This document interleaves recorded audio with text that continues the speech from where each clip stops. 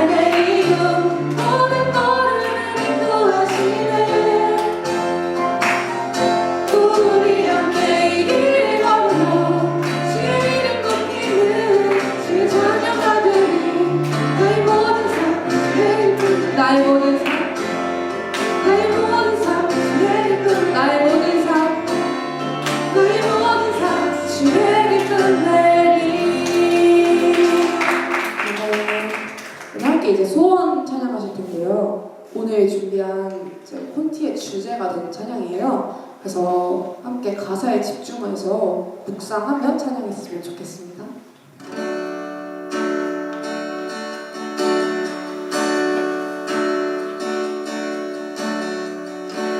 삶의 작은 일에도 그 마음을 알기 원하네.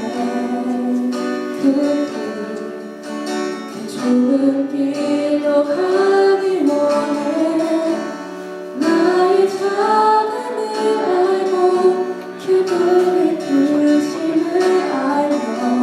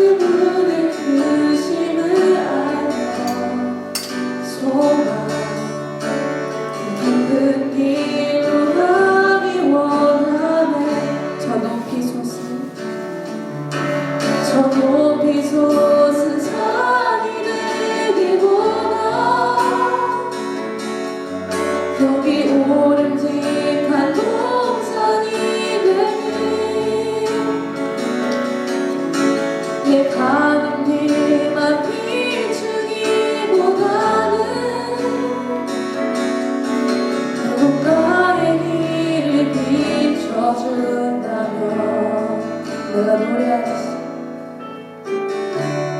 내가 노래하듯이 또 내가 얘기하듯이 삶을 그렇게 죽기 원하네.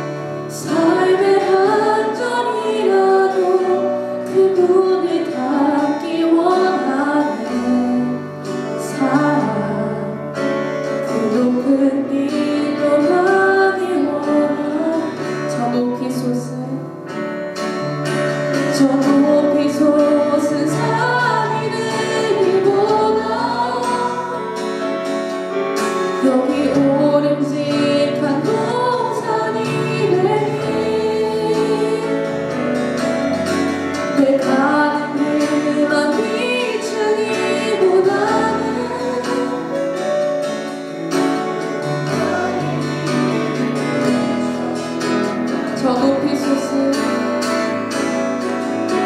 저 높이 솟은 산이 되기보다 여기 오름직한 동산이 되니 내 가는 길만 비추기보다는 누군가의 길을 비춰준다면 저 높이 솟은 산이 되기보다 여기 오름직한 동산이 되니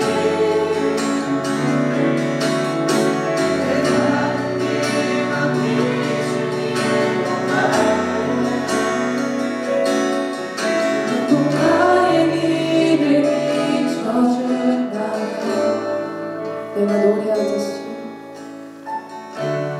내가 노래하듯이 또 내가 얘기하듯이 살때 난 그렇게 죽길 원하네. 삶의 한 점이라도 그분을 닮기 원하네. 사랑 그 높은 길로 가니 다시 한번 고백할게요. 내가 노래하듯이 내가 노래하듯이 또 내가 얘기하듯이 살게 난 그렇게 죽길 원하네. 삶의 한 점이라도 그분을 닮기 원하네. 사랑 그 높은 길로 가기 그 좁은 길로 가기 원하. 그 깊은 길로 가기 원하네.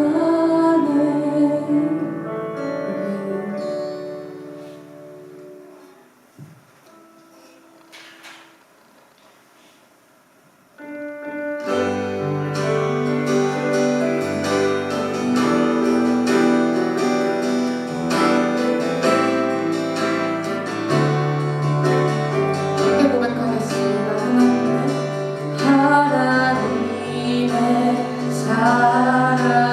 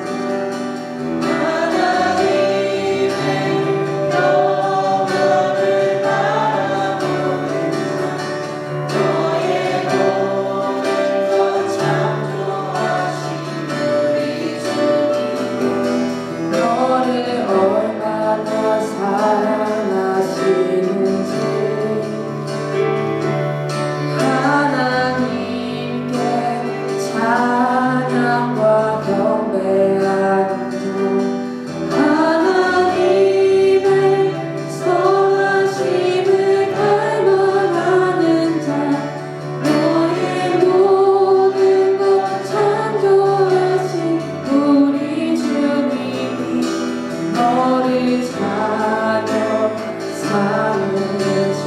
하나님 사랑의 눈으로, 하나님 사랑의 눈으로 너를 어느 때나 바라보시고,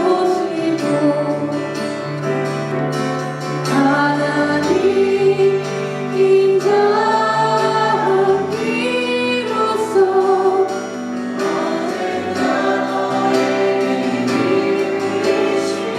어둠에 밝은 빛을 비춰주시고, 너의 작은 시름에도 응답하시니, 너는 어느 곳에 있든지 주를 향하고 주만 바라보지. 어두움에 밝은 빛을, 어두움에 밝은 빛을 비춰주시고, 너의 작은 시름에도 너는 어느 곳에 있든지 주를 향하고 주만 바라보. 어두움의 밝은 빛을, 어두움에 밝은 빛을 비춰주시고, 너의 작은 시름에도 응답하시니, 너는 어느 곳에 있든지 주를 향하고 주만 바라보. 목소리로 고백할까요?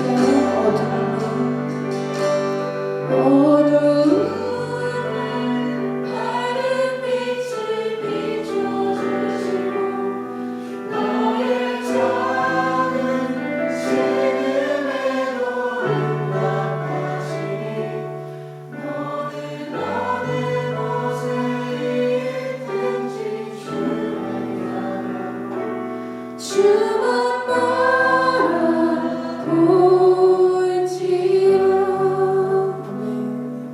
이 시간 기도하실 때 우리 아까 가사에서 내가 노래하듯이 또 내가 얘기하듯이 살길, 난 그렇게 죽기 원하네 라고 다 같이 고백했잖아요. 이 고백을 붙잡고 기도했으면 좋겠습니다. 내가 고백한 한마디 한마디가 찬양하는 한 소절 한 소절 따라 살게 되기를, 주님을 닮아갈 수 있기를 우리 함께 기도하며 나아가겠습니다.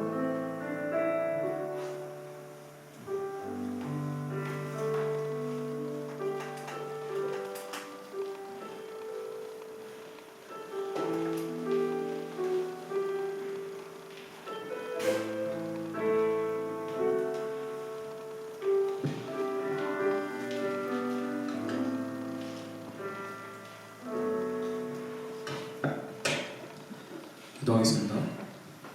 하나님 아버지, 오늘도 저희를 예배의 자리로 나아가게 하시니 감사드립니다. 한 주간의 삶 속에서 저희가 주님의 뜻을 따라 살지 못했던 연약함과 부족함을 주님 앞에 고백합니다. 새 마음과 새 영으로 주님께 나아가게 해주세요. 주님, 이 시간 저희가 드리는 예배를 기쁘게 받아주세요. 또 말씀과 헌신을 모든 과정 가운데 주님 홀로 영광 받으시기를 원합니다. 하나님, 이 땅과 저희의 교회를 위해 기도합니다.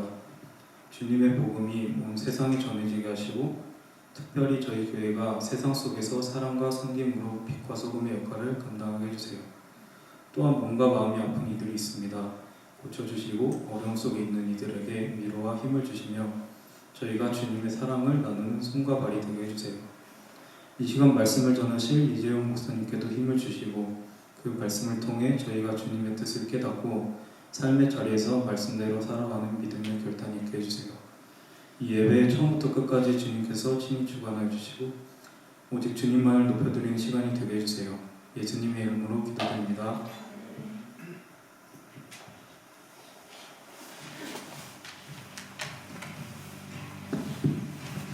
네, 광고하겠습니다. 오늘도 청년교회 주일예배에 참석한 모든 분들을 주님의 이름으로 환영하고 축복합니다. 봉헌함이 예배당 입구에 비치되어 있고 온라인으로도 참여할 수 있습니다.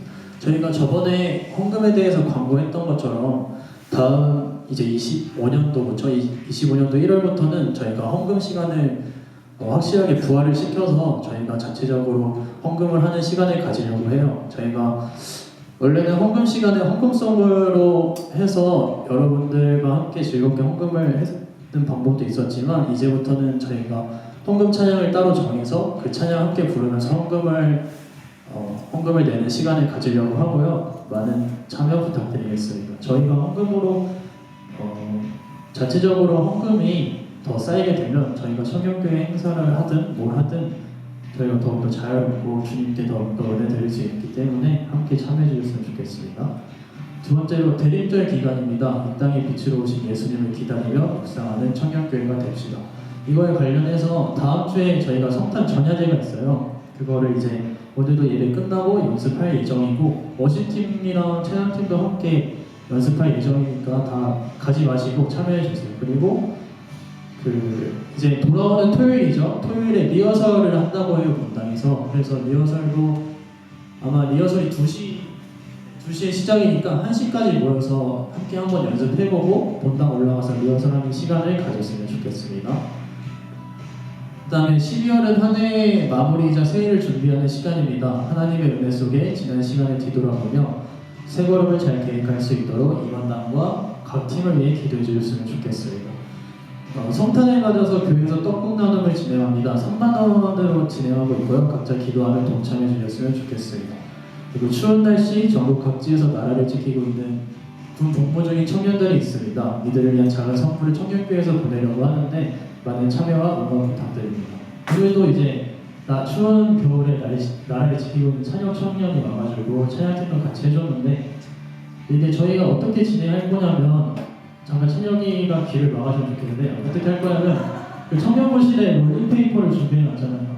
그 롤링페이퍼들 여러분들이 그 따뜻한 한마디 적어주시고 저희가 자체적으로 청년교회 헌금을 내서 그 군복무 중인 청년들한테 선물 꾸러미를 준비해주려고 해요. 그래서 이제 선물 꾸러미를 제작하려고 하는 중인데 여러분들도 많이 참여해주셔서 군복무 중인 청년들을 위해 많이 기도해주시고 따뜻한 선물 줄 수 있는 이런 기회에 많이 참여해 주셨으면 좋겠습니다.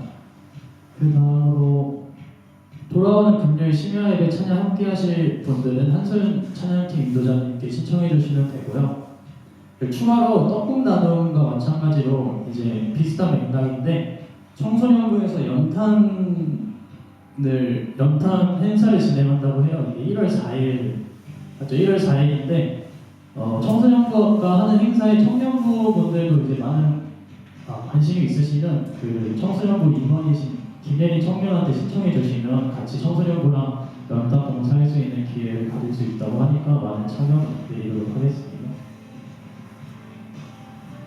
그리고 제가 주중에 광고했던 것처럼 저희가 매달 10만 원씩 태국 땅을 위해 헌금하고 있잖아요. 그거 관련해서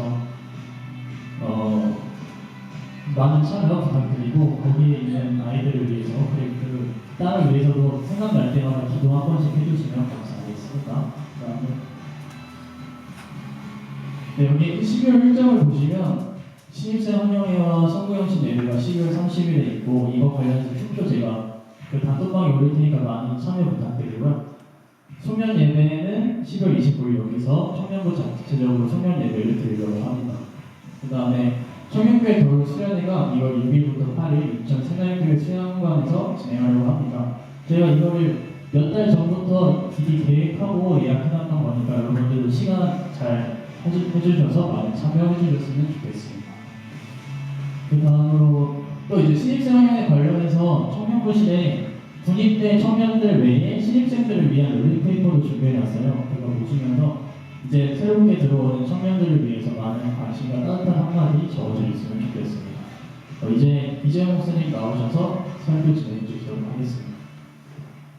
네, 박수 한번 좋았습니다. 네, 감사합니다. 우리 말씀 한번 보겠습니다. 미가서 7장에 말씀이고요.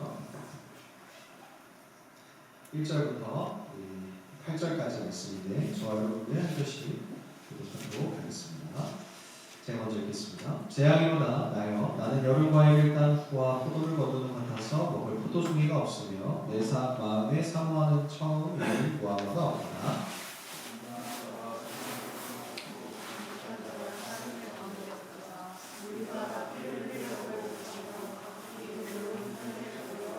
두 손으로 악을 부지런히 행하는구나. 그 지도자와 재판관은 뇌물을 구하며 권세자는 자기 마음의 욕심을 말하며 그들이 서로 결합하니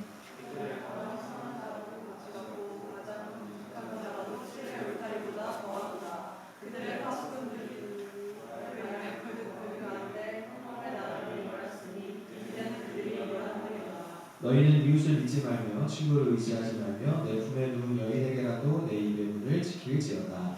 아들이 아버지를 멸시하며 딸이 어머니를 대적하며 며느리가 시어머니를 대적하리니 사람의 원수가 곧 자기의 집안 사람이리라. 오직 나는 여호와를 우러러보며 나를 구원하시는 하나님을 바라보나니 나의 하나님이 나에게 귀를 기울이시로다. 나의 예정이여 나로 말미암아 기뻐하지 말지어다. 나는 엎드러질지라도 일어날 것이요 어두운 데에 앉을지라도 여호와께서 나의 빛이 되실 것이로다. 아멘. 고맙습니다. 이렇게 앞에 청년들이랑 얼굴이 좀 겹치시는 분들은 좀 약간만 비켜주시면 제가 얼굴을 좀 더 잘 볼 수 있을 것 같습니다. 재미 청년 뒤에는 문화 청년이시죠? 네, 감사합니다. 상수 청년도 네, 감사합니다. 이렇게 선택해 주셔서 고맙습니다. 여러분 우리가 항상 기억해야 될 것 중에 하나는 함께 나눈 말씀을 기억하고 그 말씀을 토대로 한 주간에 잘 살아가는 일이라 할 수 있습니다. 뭐 숙제처럼 뭐 묻거나 뭔가 검사하진 않겠지만 우리가 지난주의 이 시간을 통해서 나눈 말씀을 가지고 우리가 지난 한 주 동안 여러분 자리에서 얼마나 그렇게 반응하며 살아갔는지 한번 점검해 보시면 좋겠습니다. 지난주에 우리의 나눔의 주제는 우리의 정체성이 예배자라는 사실이었습니다. 그래서 예배가 그 삶이 되고 예배가 그 삶이 되는 그런 삶을 살아야 된다. 우리가 함께 나누었는데요. 여러분의 그 학교라든지 입대하는 군부대라든지 뭐 직장이라든지 또 여러분의 삶의 자리에서 그렇게 여러분의 일상을 통해서 하나님을 예배하는 삶을 살아갈 것을 우리가 다짐했고 또 벌써 한 주간이 지나서 오늘 이렇게 만나게 되었습니다. 오늘 또한 나눈 말씀을 가지고 여러분이 한 주간을 치열하게 반응하고 또 묵상하고 또 그렇게 적용하며 여러분의 삶을 살아가신 뒤에 우리 다음 주일 또 함께 만나서 성탄 축하 예배로 만나게 되었으면 좋겠습니다. 오늘 본문인 미가는 우리가 지난주에 나눴던 말씀과 같은 맥락이라 할 수 있는데요. 이 소선지서 중에 하나인 이 미가의 말씀은 그 이름의 선지자가 이스라엘 백성들을 향해서 하나님의 메시지를 대언하고 대신 전달하는 그런 본문의 내용이라고 할 수 있습니다. 이 본문의 배경을 좀 거시적으로 생각해 보면 이 이스라엘 나라의 상황이 전후 좌우 어디를 둘러봐도 뭔가 희망적이다, 뭔가 좀 그럴듯하다, 뭔가 좀 괜찮다 할 수 있는 상황이 무엇 하나 보이지 않는 그런 암담한 상황이었습니다. 우리가 본문 1절로 4절에서 함께 봉독했던 것처럼 그 이미지를 또 상상해서 생각해 보면 첫 번째, 나라의 지도자들과 재판관들이 누구보다 공정하고 청렴결백하고 뭔가 모든 이들에게 본이 되어야 할 그런 지도자들이 누구보다 부정부패하고 또 뭔가 탐관오리처럼 사리사욕에 눈먼 상황에 처해 있었습니다.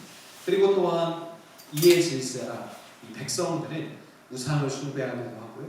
또 서로가 서로를 원수지간으로 삼고 누구보다 가까울 어떤 가족 관계에서조차 서로를 신뢰하지 못하는 그런 안타까운 상황이 벌어지고야 말았습니다. 그래서 나라의 지도자들부터 일반 백성들에 이르기까지 왕궁이나 가정이나 모든 이들이 앞다투어서 그 죄악된 모습을 드러내고 있는 상황이 바로 이 미가 선지자가 전달하고 있는 또 하나님의 메시지를 전하고 있는 이스라엘의 배경 상황이라는 것입니다. 그래서 한마디로 요약해보자면 나라의 상황이 총체적 난국이다라고 할 수 있겠습니다. 누구 한 사람이라도 하나님 앞에 회개하고 죄를 자복하고 뭔가 나라와 민족을 위해서 기도하고 이런 모습이 있지 않은 상황이었습니다. 그래서 이 미가 선지자는 그 어디에도 또 그 누구에게도 뭔가 하나님의 소망을 바라볼 수 없는 이 상황 가운데에 누구를 바라보았느냐?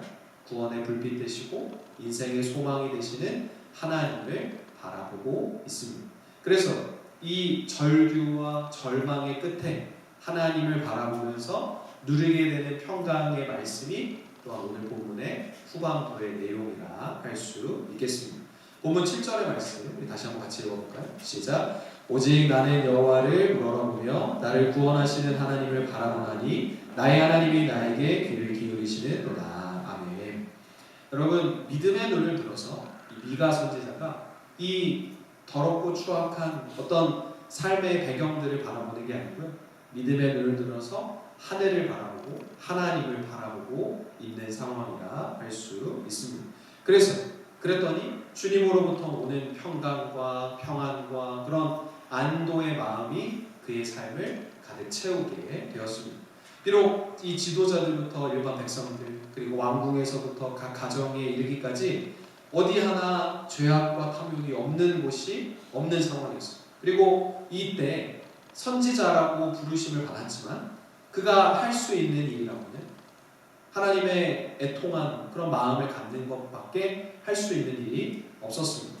아무리 선지자, 당시에 하나님의 사람으로 부르심을 받은 이였지만 별 수 없었어요. 별게 없었고 그저 애통하는 심령만, 안절부절하지 못하는 마음만 이 미가 선지자가 가지고 있었다라는 겁니다. 그래서 그가 하나님의 선지자라고 해서 이 추락하는 이 이스라엘이라는 어떤 그런 파선하는 이스라엘이라는 국가의 멸망을 물리적으로 막을 수 있었냐? 그런 건 아니었습니다. 또한 그가 뭔가 그들을 구원할 수 있는 능력이 있었냐? 또 그런 건 또 아니었다라는 겁니다. 그가 아무것도 할 수 없고 또 그가 하나님의 심판을 선포하는 선지자로서 뭔가 물리적으로 도움을 줄 수 있는 상황은 아니었습니다. 바로 그 순간 그가 아무것도 할 수 없고 아무 어떤 일들도 헤쳐나갈 수 없는 그때 그가 누구를 바라보았다고요? 믿음의 눈을 들어서 하나님을 바라보았다라는 겁니다. 7절의 말씀에서 아까 우리 읽었던 것처럼 여호와를 우러러 보았다라는 겁니다. 항상 땅을 보고 살던 그가 이제 눈을 들어서 하나님을 바라보았고 누구보다 구원하시는 하나님을 바라보게 되었다라는 겁니다. 그런데 하나님을 바라본 것뿐만이 아니라 하나님께 기도했던 것 같습니다. 7절 후반부에 보면 나의 하나님이 귀를 기울이셨도다 라고 이야기합니다. 그가 기도했더니 하나님이 응답해 주셨고 또한 경청해 주셨고 그와 함께 해주셨다는 사실을 깨닫게 된 겁니다. 시편의 기자들이 노래하는 것 중에 하나는 그들에게 주어진 가장 큰 복은 다른 게 아니라 하나님을 가까이 하는 것이라 이야기하고 있습니다. 왕궁에 사는 것이 어떤 부귀영화를 누리는 것이 인생의 복이 아니라 하나님을 가까이 하는 것이 이 시편 기자, 특별히 이 다윗이라는 인물이 노래했던 가장 중요한 모먼트라고 할 수 있습니다. 내가 살아보니, 내가 인생을 뒤돌아보니 세상에 있는 것들은 다 유한하더라. 있었다가도 없는 것이고 없었다가도 있는 게 바로 우리들의 인생에 누리는 것들이더라. 그런데 인생의 가장 큰 중요한 복은 뭐냐? 하나님을 언제라도 어디서라도 가까이 하는 것이 내가 인생을 잘 사는 비결이더라 라고 다윗은 시편의 말씀에서 고백하고 있습니다. 사랑하는 여러분, 이어지는 8절에 그가 하나님을 바라보았더니 어떤 놀라운 결과를 얻게 되었느냐? 8절의 말씀 우리 같이 한번 읽어볼까요? 시작. 나의 대적이여 나로 말미암아 기뻐하지 말지어다. 나는 엎드러질지라도 일어날 것이요 어두운 데에 앉을지라도 여호와께서 나의 빛이 되실 것이니로다. 아멘.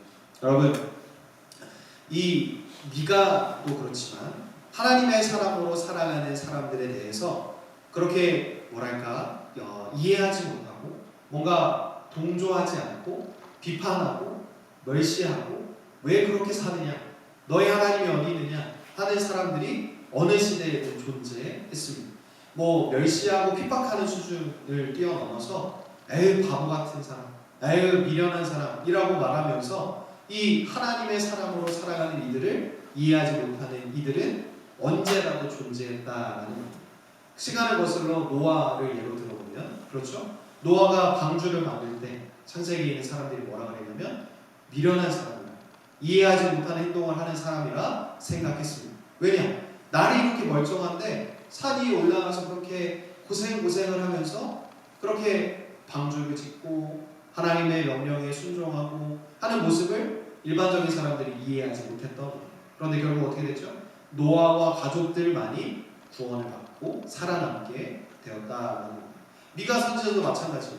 하나님의 말씀을 대언하고 하나님의 경고를 또 심판을 전하고 있지만 많은 사람들이, 대부분의 사람들이 미가의 메시지를 더 나아가서 하나님의 그 어떤 본심을 이해하지 못했어요.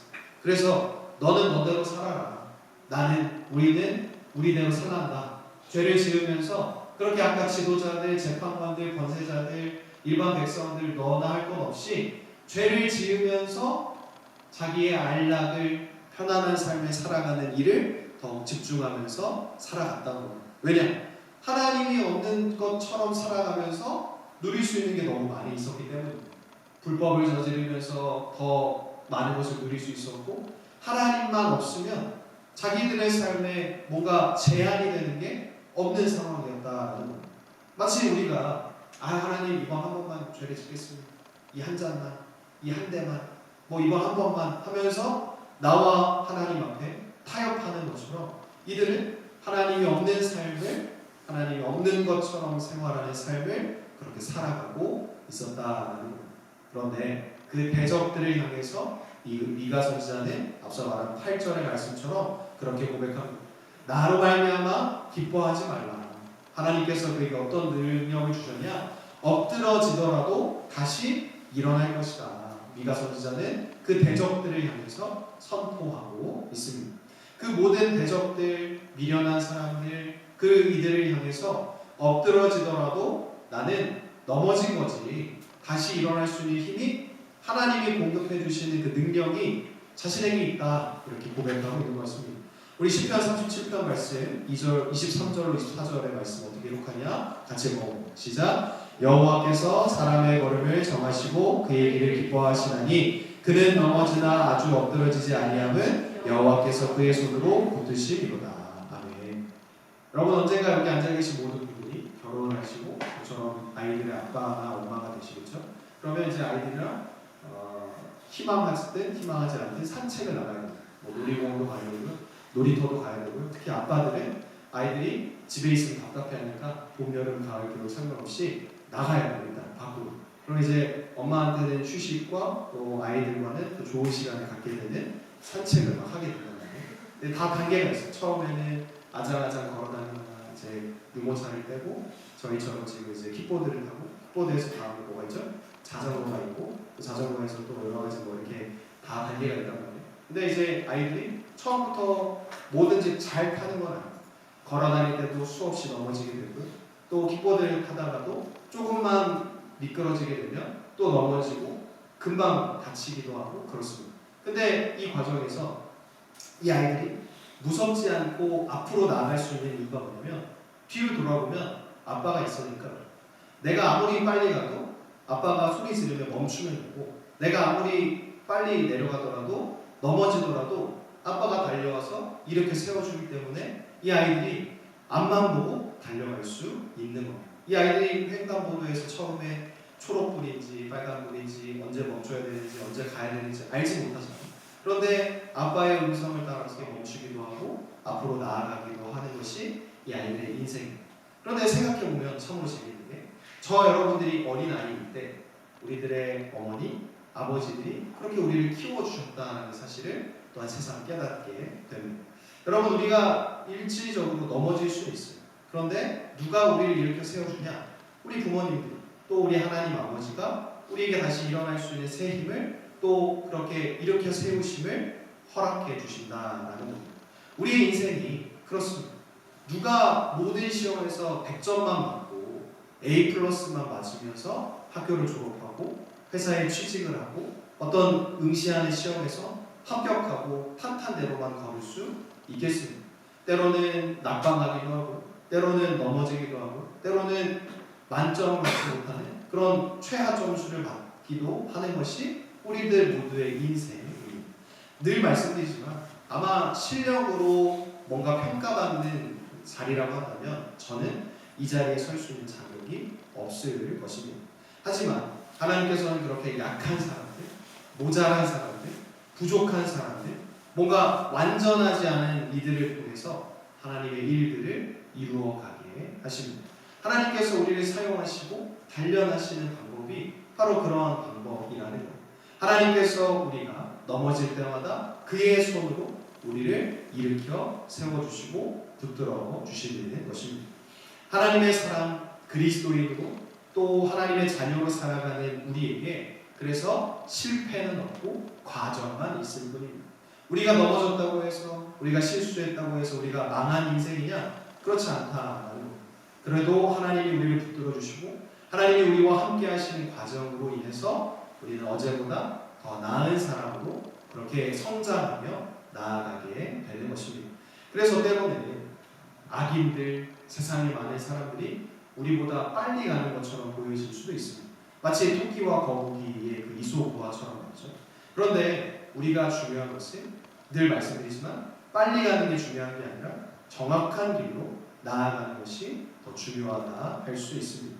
그래서 하나님이 언젠가 우리를 악인보다 앞서게 하시고 악인들을 고꾸라뜨리고 의인들은 바로 세우시는 놀라운 일들을 행하실 것입니다. 왜 그러냐? 미가 선지자가 오늘 8절의 후반부에 말한 것처럼 여호와께서 그의 빛이 되어 주시기 때문이라는 겁니다. 이 미가 선지자에게 하나님의 존재는 빛 그 자체였습니다. 그 태양과 같이 그 빛을 그 어떤 열을 내뿜는 존재였던 겁니다. 그래서 미가 선지자가 아까 그 절망스러운 순간들에 겪었던 어둠, 절망, 어떤 좌절, 낙심이라는 어두운 부분들은 모두 소멸하고 모두 삭제되었다 할 수 있습니다. 그래서 하나님, 그 빛이신 하나님을 바라보았더니 그의 삶에 새로운 희망, 기대, 기쁨이 가득하게 되었다라는 겁니다. 이 혼탁한 세상 가운데에 우리의 시선이 어디에 있어야 하는지 이 미가 선지자의 말씀을 통해 우리는 깨닫게 됩니다. 혼탁한 시대 이 세상을 바라보지 않고 그리스도인으로 부르심을 받은 우리 모두가 이제 더욱 하나님을 바라볼 때입니다. 하나님께 주목하고 하나님을 향하여 믿음의 눈을 들어 살아가는 것이 빛의 자녀로 하나님의 자녀로 살아가는 우리들의 사명이라 할 수 있겠습니다. 우리가 과연 무엇을 할 수 있을까? 과연 하나님은 우리가 어떻게 살아가는 것을 기대하고 계실까 생각해 본다면 물론 우리가 그리스도인이라 할 수 없는 일들이 참 많이 있습니다. 하지만 거꾸로 생각해 보면 그리스도인이라서 하나님의 자녀라서만 할 수 있는 일들이 분명 있을 것입니다. 누구도 하지 않으려 하는 일들, 마음은 먹었지만 할 수 없는 일들이 우리에게 주어져 있습니다. 그 주변의 어둠을 물리치고 주변의 어둠을 빛으로 밝혀내는 일, 그것이 우리들의 사명이요 놀라운 부르심이라 할 수 있습니다. 여러분, 아인슈타인이 이 학생 때의 일화가 이런 이야기가 있습니다. 그 선생님이 그 신이 악하다라는 것을 설명하기 위해서 3단 문법으로 설명을 해주고 있었습니다. 뭐라고 얘기하냐면 신이 모든 것을 창조했다. 그리고 신은 악도 창조했다. 그래서 신은 악하다라는 3단 문법으로 이 설명을 해주고 있었습니다. 근데 이제 아인슈타인이 저 뒤에 있다가 손을 들면서 선생님한테 질문했습니다. 선생님, 추위라는 것이 존재할까요? 라고 물었습니다.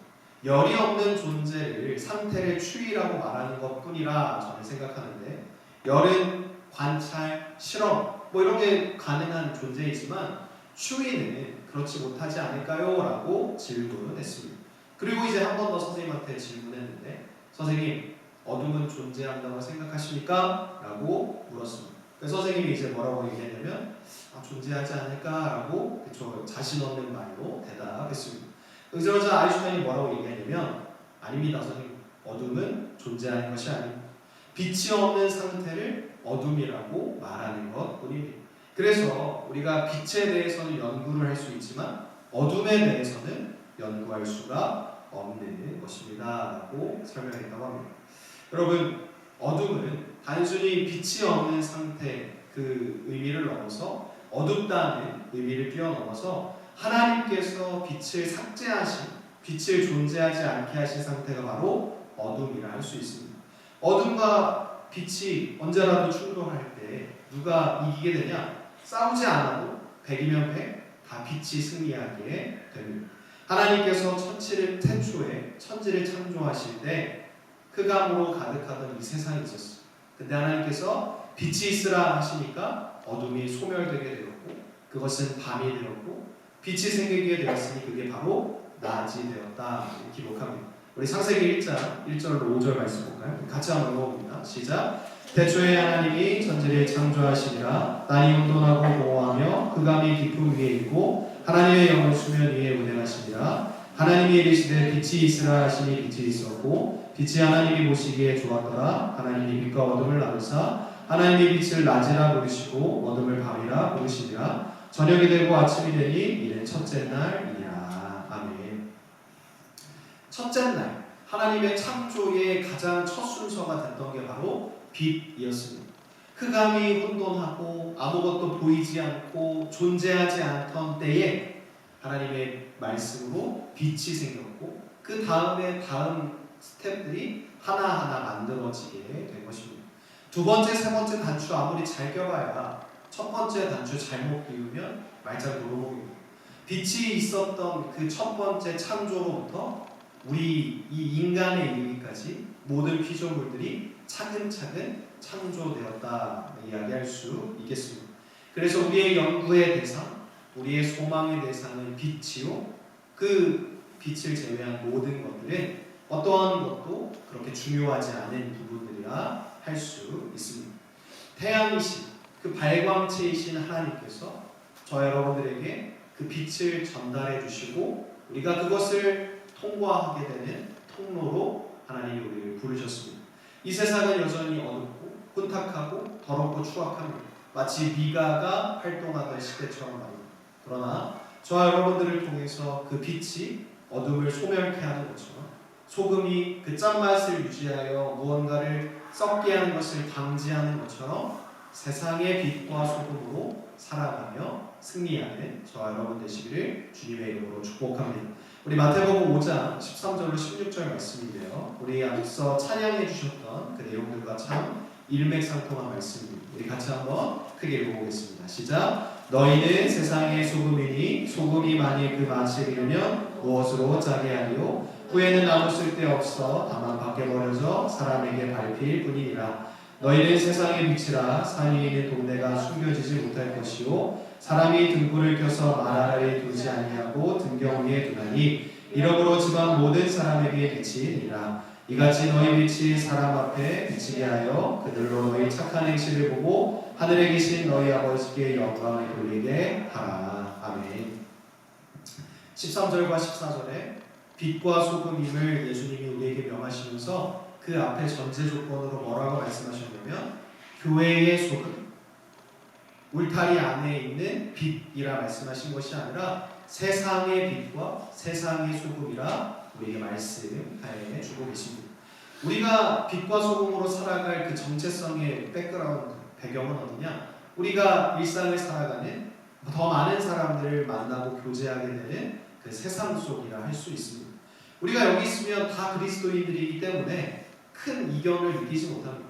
하지만 우리가 살아가는 일상에서 믿음의 사람들보다는 그렇지 않은 사람들을 더 많이 만나게 되는 그 자리에서 여러분들이 그 어둠에 동화되는 것이 아니라 여러분이 빛과 소금의 역할을 감당하시는 삶의 자리로 살아가시기를 주님의 이름으로 축복합니다. 우리가 이 대림절 세 번째 주일을 보내고 있고요. 이제 다음 주면 성탄주일을 맞이하게 되는데요. 빛으로 오신 예수님을 닮아서 그 예수님처럼 그 자기 자신을 녹아내리며 주변을 밝혀 비춘 초처럼 우리의 삶을 통하여 하나님의 그 살아계심을 주님의 그 빛다우심이 드러날 수 있게 되기를 주님의 이름으로 축복합니다. 우리 읽었던 마태복음 5장 16절의 말씀 뭐라고 얘기하냐면 너희 착한 행실을 보고 하나님 하늘에 계신 너희 아버지께 영광을 돌리게 하라 라고 예수님 우리에게 오늘 분부하고 계십니다. 우리의 착한 행실 그 모양과 방법은 모두 다를지 모르겠으므로 어떤 분들은 공부하는 것으로 어떤 분들은 누군가를 가르치는 것으로 어떤 분들은 주어진 어떤 일상을 그 업무를 잘 보는 것으로 또 우리 찬혁 청년은 또 이제 군부대로 돌아가셔서 그 입대 과정을 겪는 것으로 그렇게 한 사람 한 사람 그 나름의 착한 행실을 통해서 이 어두운 시대 가운데에 밝게 빛나는 예수 그리스도의 따스한 사랑이 드러날 수 있게 되기를 주님의 이름으로 축복합니다. 우리 시간 함께 찬양하려고 하는데요. 우리 어둠을 찢으신 분이 함께 찬양하시면서 나는 말씀 가지고 이렇게 기도하면 좋겠습니다. 찬양하겠습니다.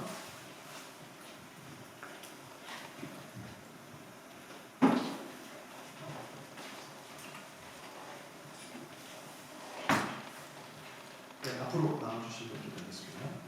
찬양하겠습니다.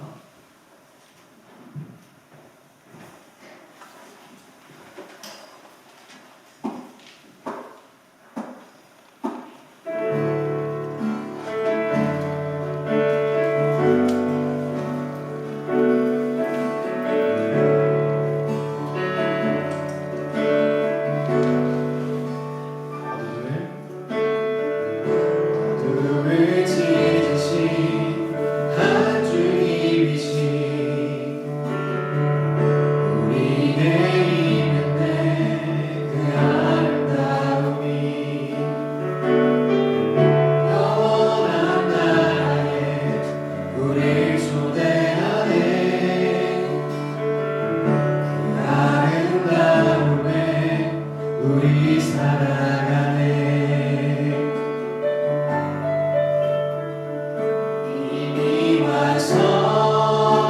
완성하고 이루신 당신의 영광 하나님 나라 우리 모두 함께 이뤄내 주의 나라 영원한 교제에 우리를 초대하네. 당신이 밝히신 그 나라 안에서 영원한 교제에 우리를 초대하네. 당신이 밝히신 그 나라 안에서 영원한 교제에 우리를 초대하네. 당신이 밝히신 그 나라 영원한 교제에 우리를 초대하네. 당신이 밝히신 그 나라 안에서 사랑이 찾아오지 못할 것 같던 곳 빛이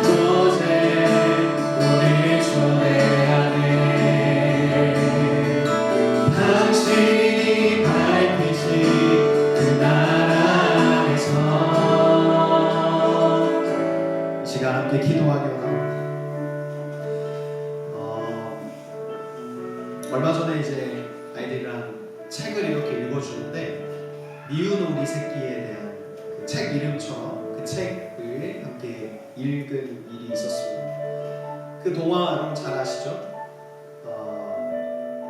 그 태어난 곳이 오리가 태어난 곳이 또 다른 곳에 태어나게 되었습니다. 남들과 다른 모습의 놀림을 받고 또 남들과 다른 어떤 그런 성장 과정에 좌절하기도 하고요, 쫓겨나기도 하고요, 그 자기 자신에 대한 자신감이 없으니까 매우 핍박받는 절망적인 삶을 살아간 그 오리의 이야기였습니다. 그런데 물속에 비친 자신의 모습을 발견하고 본래 있어야 될 그 백조의 그룹에 돌아가게 되니 자기 자신이 오리가 아니라 백조였음을 깨닫게 되었습니다. 여러분, 우리가 하나님의 자녀임을 망각하지 않았으면 좋겠습니다. 빛을 드러내는 하나님의 자녀, 빛의 자녀됨을 우리 스스로 날마다 고백하고 더욱 선포했으면 좋겠습니다. 우리의 존재로 인하여서 주님이 허락하신 그 사랑과 빛으로 어둠을 몰아낼 수 있는 능력이 있는데 우리가 그것을 너무 망각하고 까먹고 살아갈 때가 많이 있는 것 같습니다. 능력이 있는데 그 정체성이 있는데 그것을 잘 활용하지 못하는 우리들의 모습 이제는 귀로하고 빛의 자녀로서 그 착한 행실을 통하여 아름다우신 하나님의 사랑이 밝게 빛나는 그 복음의 밝은 빛이 흘러가기를, 어둠을 찢는 빛이 되기를 우리 함께 선포했으면 좋겠습니다. 이 시간 나는 말씀 함께 기억하며 이 어두운 시대 가운데에 하나님의 빛이 이 나라와 우리 온 가정에, 이 교회에 가득 차고 넘칠 수 있도록 함께 중보하며 또 추운 날씨 전국 각지에서 나라를 지키고 있는 우리 입대하고 있는 청년들 위하여서 오늘 함께 하지 못한 이들 우리 청년들 위하여서 우리 주여 한번 부르시고 동성으로 기도하겠습니다. 기도합니다. 주여